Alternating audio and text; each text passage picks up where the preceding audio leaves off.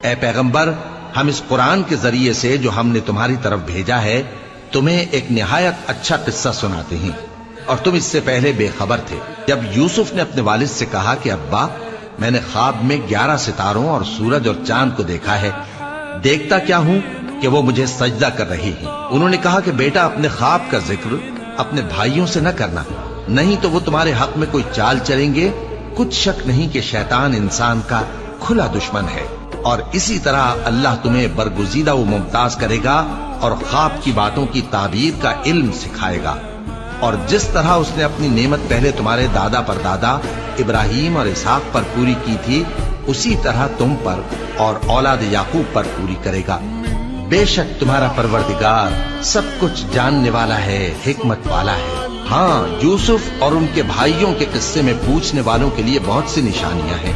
جب انہوں نے آپس میں تذکرہ کیا کہ یوسف اور اس کا بھائی ابا کو ہم سے زیادہ پیارے ہیں، حالانکہ ہم جماعت کی جماعت ہیں، کچھ شک نہیں کہ ابا کھلی غلطی پر ہیں۔ یوسف کو یا تو جان سے مار ڈالو یا کسی ملک میں پھینک آؤ، پھر ابا کی توجہ صرف تمہاری طرف ہو جائے گی، اور اس کے بعد تم نیک لوگوں میں ہو جاؤ گے۔ ان میں سے ایک کہنے والے نے کہا کہ یوسف کو جان سے نہ مارو، کسی اندھے کنویں میں ڈال دو کہ کوئی راہگیر اسے نکال کر کسی دوسرے ملک میں لے جائے گا۔ اگر تم کو کرنا ہی ہے تو یوں کرو۔ یہ مشورہ کر کے وہ اپنے والد سے کہنے لگے کہ ابا جان، کیا سبب ہے کہ آپ یوسف کے بارے میں ہمارا اعتبار نہیں کرتے؟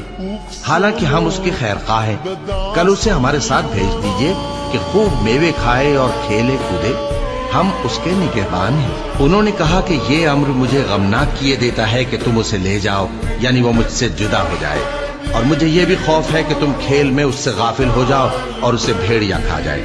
وہ کہنے لگے کہ اگر ہماری موجودگی میں کہ ہم ایک طاقتور جماعت ہیں اسے بھیڑیا کھا گیا تو ہم بڑے نقصان میں پڑ گئے۔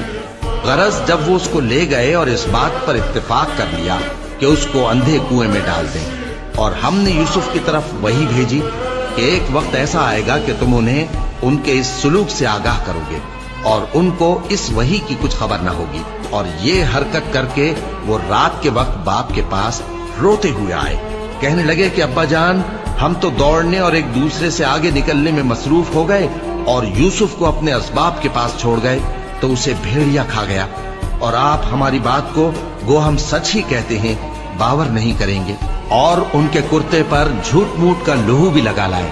یعقوب نے کہا کہ یوں نہیں ہے، بلکہ تم اپنے دل سے یہ بات بنا لائے ہو۔